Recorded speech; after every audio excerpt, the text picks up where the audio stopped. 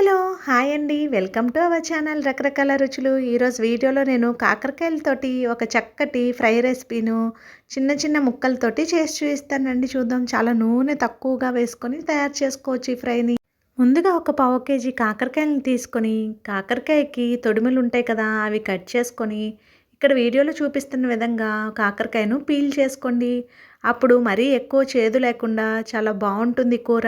ఇలా పీల్ చేసుకున్న కాకరకాయలన్నిటినీ ఒకసారి నీళ్ళలో వేసుకుని శుభ్రంగా ఒకసారి వాష్ చేసుకుని తర్వాత ఒక గిన్నెలోకి తీసుకుని పక్కన పెట్టుకోండి. మనం పీల్ చేసుకున్నప్పుడు ఆ పైన ఉండే అదంతా పొడి పొడిగా అంటుకొని ఉంటుంది కాబట్టి ఇలా వాష్ చేయడం వల్ల ఒకసారి అదంతా చక్కగా క్లీన్ అయిపోతుంది. తర్వాత ఇక్కడ నేను వీడియోలో చూపిస్తున్న విధంగా ఇలా కట్ చేసుకొని మధ్యలో ఉన్న విత్తనాలను తీసేయండి.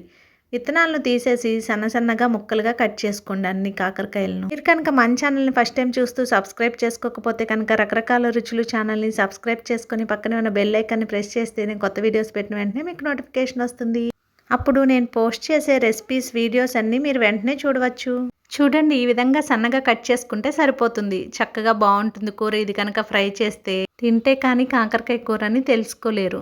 ఈ విధంగా ముక్కలన్నీ చక్కగా కట్ చేసుకొని పక్కన పెట్టుకొని ఇప్పుడు స్టవ్ ఆన్ చేసుకొని ఒక ఐరన్ కడాయి పెట్టుకొని అందులో 2 స్పూన్లు ఆయిల్ వేసుకొని ఆయిల్ హీట్ ఎక్కాక ఒక అర టీ స్పూను మినప్పప్పును వేసుకోండి.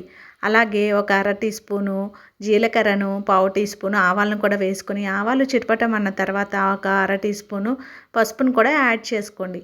తర్వాత ముందుగా కట్ చేసి పెట్టుకున్న కాకరకాయ ముక్కలన్నీ వేసి చక్కగా ఫ్రై చేసుకోండి. ఇప్పుడు కాకరకాయ ముక్కల్లో ఒక అర టీ స్పూను ఉప్పును యాడ్ చేసుకోండి.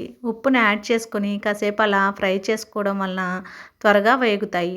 ఇప్పుడు కాసేపు మూత పెట్టుకొని మగ్గించుకుందాం. ఎందుకంటే మనం ఎక్కువ నూనె యూజ్ చేయట్లేదు కాబట్టి ఇలా మూత పెట్టుకొని మగ్గించుకోవడం వలన త్వరగా కాకరకాయ ఫ్రై రెడీ అవుతుంది. ముక్కలు కొంచెం ఫ్రై అయిన తర్వాత రుచికి సరిపడినంత కారాన్ని కూడా యాడ్ చేసుకోండి. ఇక్కడ నేను 2 స్పూన్ల కారాన్ని యాడ్ చేశాను. పావు కేజీ కాకరకాయలకు 2 స్పూన్ల కారం సరిపోతుంది.